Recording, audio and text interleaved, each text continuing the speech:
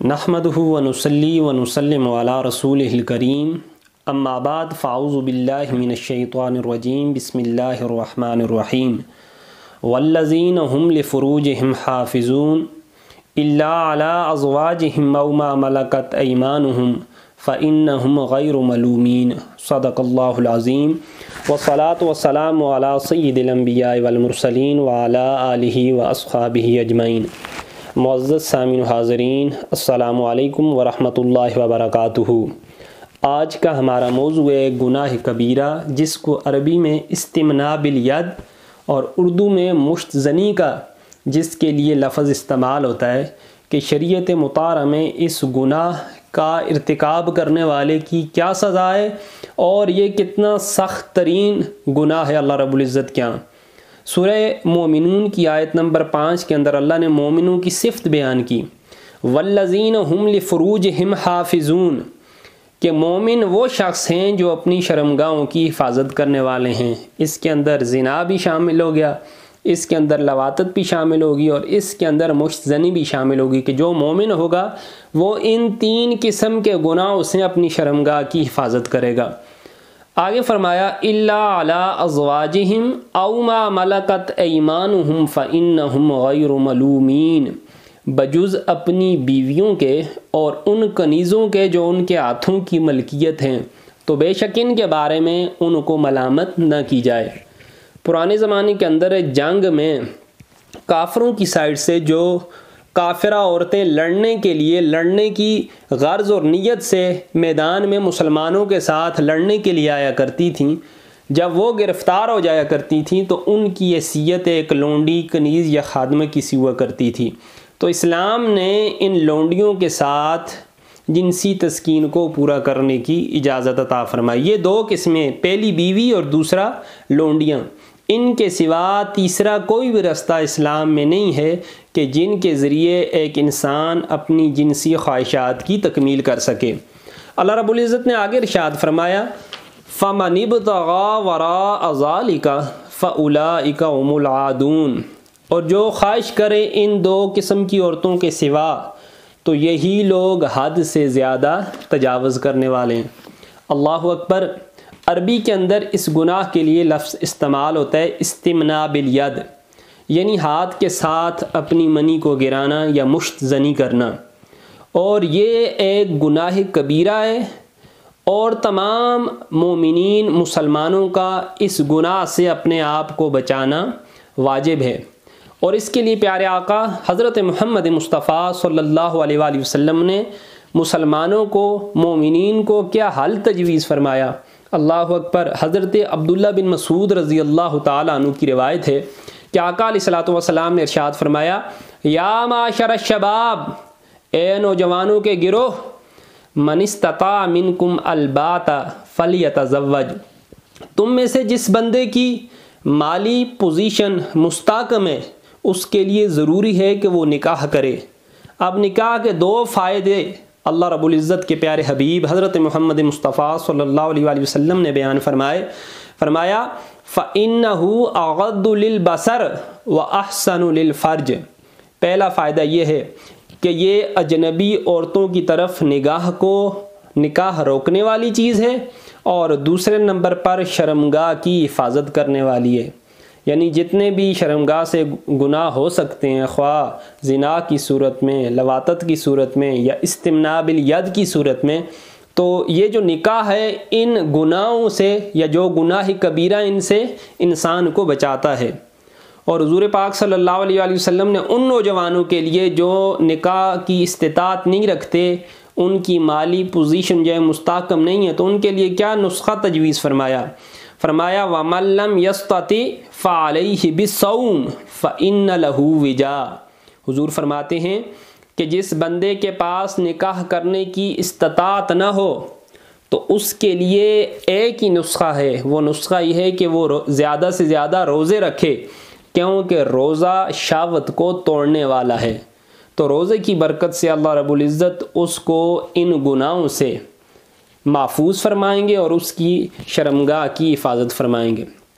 اگر تیسری صورت یہ بنتی ہے کہ اگر ایک شخص اس گناہ میں اس قدر ملوث ہو گیا کہ اب وہ اس گناہ سے نہیں رک رہا، استمناء بالید، شہوت زنی سے وہ اپنے آپ کو نہیں بچا رہا، تو اس کے لیے بھی حدیث طیبہ حضرت ابو ہریرہ رضی اللہ تعالیٰ عنہ کی ہے کہ آقا علیہ الصلوۃ والسلام نے ارشاد فرمایا ہے کہ اللہ رب العزت نے کوئی بھی بیماری ایسی نہیں بھیجی کہ جس کا اللہ رب العزت نے علاج یا شفا آسمان سے نازل نہ فرمائی ہو۔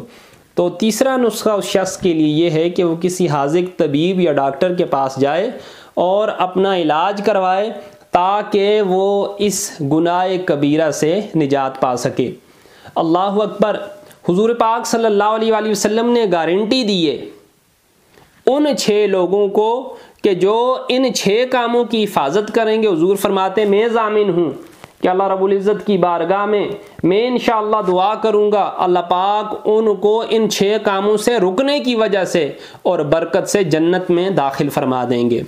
پہلے نمبر پہ کون؟ حضرت عبادہ بن صامت رضی اللہ تعالیٰ عنہ سے یہ روایت ہے۔ حضور فرماتے ہیں کہ تم لوگ اپنی طرف سے 6 چیزوں کی ذمہ داری قبول کرو، میں تمہارے لیے جنت کی ذمہ داری لیتا ہوں۔ یا رسول اللہ صلی اللہ علیہ وآلہ وسلم وہ 6 چیزیں کون سی ہیں؟ حضور فرماتے ہیں پہلی چیز اصدقوا اذا حدثتم، جب بھی بات کرو تو بات سچی کرو، اپنی زبان کو گناہوں کی آلودگیوں سے پاک رکھو۔ دوسرے نمبر پہ ارشاد فرمایا وَأَوْفُوا إِذَا وَعَدْتُمْ، اور جب بھی وعدہ کرو تو اپنے وعدے کو پورا کرو۔ اور تیسرے نمبر پہ ارشاد فرمایا وَأَدُّوا إِذَا اسْتُمْنِنْتُمْ، اور جب تمہارے پاس کوئی امانت رکھی جائے تو اس امانت کو جو اس کا اصل حقدار ہے اس کو واپس لٹا دو۔ اور چوتھے نمبر پہ آقا علیہ الصلوۃ والسلام نے ارشاد فرمایا وَاحْفَظُوا فُرُوجَكُمْ، اور اپنی شرمگاہوں کی حفاظت کرو۔ وَغُضُّوا أَبْصَارَكُمْ، اپنی نگاہوں کو نیچا رکھو، کیونکہ یہ جو نگاہیں ہیں یہ شیطان کے زیر آلودہ تیروں میں سے ایک تیر ہیں، اور جب شیطان کا یہ نگاہ والا وار چل جاتا ہے تو اس کے بعد وہ اگلے وار اس بندے کے اوپر کرنے کے قابل ہو جاتا ہے۔ تو جو بندہ اپنی نگاہ کو نیچا رکھے گا انشاءاللہ وہ ان سارے گناہوں سے محفوظ ہو جائے گا۔ وَكُفُّوا أَيْدِيَكُمْ، اور اپنے ہاتھوں کو اور ظلم و معصیت سے روکے رکھو، نہ ان ہاتھوں کے ساتھ ظلم کرو اور نہ ہی کوئی گناہ کرو۔ حضور فرماتے ہیں جو بندہ یہ 6 کام کر لے گا میں محمد عربی اس کے لیے جنت کی ضمانت دیتا ہوں۔ اور یہ بہت اہم اور بہت ہی غور طلب 6 کام ہیں کہ جن سے بچنے کا اللہ کے پیارے حبیب حضرت محمد مصطفیٰ صلی اللہ علیہ وآلہ وسلم نے ہر مسلمان کو حکم دیا ہے۔ پھر سامعین گرامی چوتھے نمبر کے اوپر حدیث طیبہ حضور پاک صلی اللہ علیہ وآلہ وسلم نے ارشاد فرمایا کہ صحت مند مومن اللہ کے نزدیک کمزور مومن سے افضل ہے۔ اب جو بندہ خود اپنے آپ کو کمزور کرے، خود استمناء بالید، ہاتھوں سے اپنی شہوت کو پورا کرے اور اپنے جسم کا کمزور اور لاغر کر دے، تو پھر وہ مومن جو صحت مند ہے، تندرست ہے، تو وہ تو ویسے ہی اللہ رب العزت کے ہاں اس سے افضل ہو جائے گا۔ تو اس لیے ہمیں ان چیزوں سے بچنے کی کوشش کرنی چاہیے۔ اور پھر ایک مسئلہ بھی سماعت فرمائیں، اگر کسی شخص نے روزے کی حالت میں اس گناہ کبیرہ کا ارتکاب کر لیا، اس نے ہاتھوں سے اپنی شہوت کو پورا کیا، تو فقہا فرماتے ہیں اگر اس کو انزال ہو گیا، اس کی منی خارج ہو گئی، تو اس کا روزہ فاسد ہو جائے گا، اور پھر اس ایک روزے کے بدلے میں اسے لگاتار 2 مہینے یعنی 60 دنوں کے روزے بطور کفارہ رکھنے پڑیں گے۔ اور قرآن نے بہت سخت وعید سنائی ہے۔ اللہ رب العزت نے سورہ بقرہ کی آیت نمبر 229 کے اندر ارشاد فرمایا وَمَن يَتَعَدَّ حُدُودَ اللَّهِ فَأُولَٰئِكَ هُمُ الظَّالِمُونَ، یہ اللہ رب العزت کی حدیں ہیں جو اللہ نے مقرر فرما دی ہیں۔ فرمایا اب جو بندہ ان حدود سے تجاوز کرنے کی کوشش کرے گا تو وہ ظالموں میں سے ہو جائے گا۔ علامہ ابن قیم جوزی رحمۃ اللہ تعالی علیہ نے ایک کتاب لکھی طب نبوی صلی اللہ علیہ وآلہ وسلم کے حوالے سے۔ آپ فرماتے ہیں اگر تم بیماریوں سے پاک رہنا چاہتے ہو تو اپنے بدن کی 4 چیزوں سے حفاظت کرو، تم ہر قسم کی بیماری سے محفوظ رہ جاؤ گے۔ پہلی کون سی ہے؟ کثرت گفتار، زیادہ گفتگو سے پرہیز کرو۔ دوسرے نمبر کے اوپر فرمایا زیادہ سونا، زیادہ سونے سے پرہیز کرو۔ تیسرے نمبر پہ ارشاد فرمایا زیادہ کھانے سے پرہیز کرو، اور چوتھے نمبر کے اوپر آپ ارشاد فرماتے ہیں بکثرت جمع، زیادہ اس فعل سے تم اجتناب کرو، تمہارا جسم ہر قسم کی بیماریوں سے محفوظ رہے گا۔ اللہ اکبر۔ ائمہ کرام نے کچھ نقصانات اس عمل بد کے اپنی کتابوں کے اندر تعریف فرمائے ہیں، چند ایک آپ کے گوشے گزار کرتا ہوں۔ سب سے پہلا جو نقصان ہے، یہ فعل کرنے والا، ہاتھ سے منی گرانے والا، یہ لعنتی بھی ہے اور یہ جہنمی بھی ہے۔ اللہ اکبر۔ ائمہ فرماتے ہیں کہ مشت زنی گناہ ہے، اور گناہ بھی گناہ کبیرہ میں سے اس کا شمار کیا جاتا ہے، اور یہ حرام ہے۔ اور اس فعل خبیث کو کرنے والے کے بارے میں آقا علیہ الصلوۃ والسلام نے ارشاد فرمایا کہ وہ لعنتی اور جہنمی ہے، اس کے اوپر لعنت بھی ہے اللہ کی، اور وہ فی النار اور جہنم میں بھی جانے والا ہے۔ دوسرے نمبر کے اوپر اس بد فعل کو کرنے والے کے اوپر اللہ رب العزت کی بھی لعنت ہے، بد نظری کرنے والے پر اللہ کی لعنت ہے، اور بد نظری کروانے والے پر بھی اللہ رب العزت کی لعنت ہے۔ تیسرے نمبر کے اوپر انسان کے دل کا جو چین اور سکون ہے، اس گناہ کبیرہ کرنے کی وجہ سے وہ سکون اور چین چھن جاتا ہے۔ اللہ اکبر۔ اللہ رب العزت نے قرآن مجید فرقان حمید میں ارشاد فرمایا وَمَنْ أَعْرَضَ عَنْ ذِكْرِي فَإِنَّ لَهُ مَعِيشَةً ضَنْكًا، فرمایا جو میری یاد سے اعراض کرتا ہے، میرا نافرمان بن جاتا ہے، میں اس کے ساتھ کیا کرتا ہوں، میں ضرور اس کی زندگی کو تلخ بنا دیتا ہوں، اس کی زندگی سے چین اور سکون کی دولت کو چھین لیتا ہوں۔ چوتھے نمبر پہ مصیبتوں کا ہجوم ہر وقت اس بندے کے سر کے اوپر سوار رہتا ہے، ایک مصیبت دور نہیں ہوتی، دوسری مصیبت کے اندر وہ مبتلا ہو جاتا ہے۔ قرآن کیا کہتا ہے؟ قرآن کہتا ہے وَمَا أَصَابَكُم مِّن مُّصِيبَةٍ فَبِمَا كَسَبَتْ أَيْدِيكُم، یعنی جو مصیبت تم پر آتی ہے وہ تمہارے اعمال کے سبب آتی ہے۔ اگر گندے اعمال کرو گے تو اور زیادہ مصیبتیں اللہ رب العزت کی طرف سے تمہارے اوپر نازل ہوں گی۔ اور حضرت علی المرتضیٰ رضی اللہ تعالیٰ عنہ آپ کیا ارشاد فرماتے ہیں؟ آپ فرماتے ہیں نہیں نازل ہوئی کوئی بلا مگر بسبب گناہ کے، اور نہیں دور ہوئی کوئی بلا مگر بسبب توبہ کے۔ اگر وہ بندہ توبہ کر لیتا ہے تو توبہ کرنے کی برکت سے اللہ اس کی ان مصیبتوں کو دور فرما دیتے ہیں۔ اللہ اکبر۔ پانچویں نمبر کے اوپر اس شخص کی روزی سے برکت نکل جاتی ہے۔ ان العبد لیحرم الرزق بالذنب یصیبہ، بندہ رزق سے محروم ہو جاتا ہے جس کا سبب وہ گناہ ہوتا ہے کہ جس کو کرنے کے بعد اس نے اللہ رب العزت کی بارگاہ میں صدقے دل کے ساتھ توبہ نہ کی ہو۔ تو اللہ پاک اس گناہ سے محفوظ رہنے کی بھی توفیق عطا فرمائے، اگر ہو جائے تو پھر اللہ توبہ کرنے کی اور سچی پکی توبہ کرنے کی بھی توفیق عطا فرمائے۔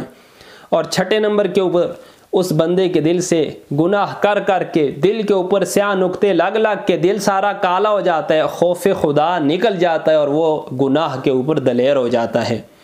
ساتویں نمبر کے اوپر دونوں جہاں میں اسے ذلت ملتی ہے۔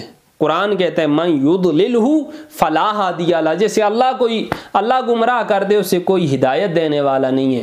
یہ بندہ اپنے کرتوتوں کی وجہ سے اب گمراہ ہو گیا ہے اور اللہ سے توبہ بھی اس نے چھوڑ دی ہے، تو اب یہ دنیا میں بھی نامردگی کے اس کے لیے تانے، دنیا میں بھی اس کے لیے ذلت آر، اور آخرت میں اللہ کی لعنت اور جہنم کا یہ مستحق ہے۔ آٹھویں نمبر کے اوپر حیا کا ختم ہو جانا۔ مومن بڑا حیادار ہوتا ہے، حدیث طیبہ ہے الحیاء شعبۃ من الایمان، کیا حیا یہ ایمان کا ایک جزو ہے، ایک شعبہ ہے۔ تو جو گناہ بندہ لوگوں کے سامنے کرتے ہوئے اس کو شرم آئے تو تنہائی میں بدرجہ اولا اسے شرم آنی چاہیے کہ میرا اللہ مجھے دیکھ رہا ہے۔ اب شرم ہی جب اس کے دل سے نکل گئی تو پھر وہ اس گناہ کے اوپر اور زیادہ دلیر ہو جاتا ہے۔ اور نویں نمبر کے اوپر رحمت الہی سے وہ مایوس ہو جاتا ہے، گناہ کے اوپر دلیر ہونے کی وجہ سے جو رحمت کا دامن ہے وہ اس کے ہاتھ سے چھوٹ جاتا ہے۔ 10ویں نمبر کے اوپر علم حقیقی سے وہ بندہ محروم ہو جاتا ہے۔ اللہ اکبر۔ گناہ کا مرتکب اور ہمیشہ گناہ کرنے والا اور توبہ نہ کرنے والا، جو اللہ کا بھیجا ہوا قرآن ہے، جو حدیث ہے، جو علم حقیقی ہے، اللہ پاک اس سے یہ علم چھین لیتے ہیں، کیونکہ علم نور خدا ہے اور نور خدا نیکوں کو عطا فرمایا جاتا ہے، گناہ گاروں کو عطا نہیں فرمایا جاتا۔ اور امام ایک بہت بڑے گزرے ہیں جن کا نام امام وقی ہے۔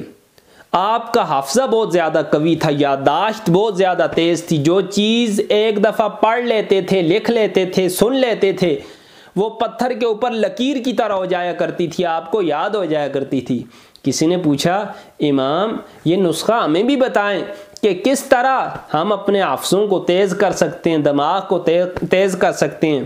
تو آپ نے فرمایا نسخہ بڑا آسان ہے، گناہوں سے اپنے آپ کو بچا لو، اللہ رب العزت تمہارے حافظوں کو، تمہارے ذہنوں کو تیز فرما دے گا۔ تو اللہ رب العزت کی بارگاہ میں دعا ہے کہ آج کے اس پرفتن دور میں، جب سوشل میڈیا کا سیلاب عام ہے، جب گھروں میں انٹرنیٹ کی سہولتیں ہیں، جب کیبل لگے ہوئے ہیں، ہر وقت بے حیائی اور فحاشی وہ بالکل ننگی ناچ رہی ہے، تو ان حالات میں تمام مردوں اور تمام عورتوں کو اپنی حفاظت کرنے کی توفیق عطا فرمائے، خواہ وہ شادی شدہ ہوں، خواہ وہ شادی شدہ نہ ہوں، اور اگر وہ اس لت میں مبتلا ہو چکے ہیں تو اللہ پاک ان کو اس لت سے چھٹکارا عطا فرمائے حضور پاک کی حدیث کی بدولت۔ اور اگر اس عادت میں بہت آگے چلے گئے ہیں تو وہ کسی حکیم سے، طبیب سے، ڈاکٹر سے اپنا علاج کروائیں تاکہ اس عادت بد سے وہ چھٹکارا حاصل کر سکیں، اور ایسا گناہ جو کہ گناہ کبیرہ ہے اس گناہ سے توبہ کی بھی اللہ پاک ان لوگوں کو توفیق عطا فرمائے۔ وما علینا الا البلاغ المبین۔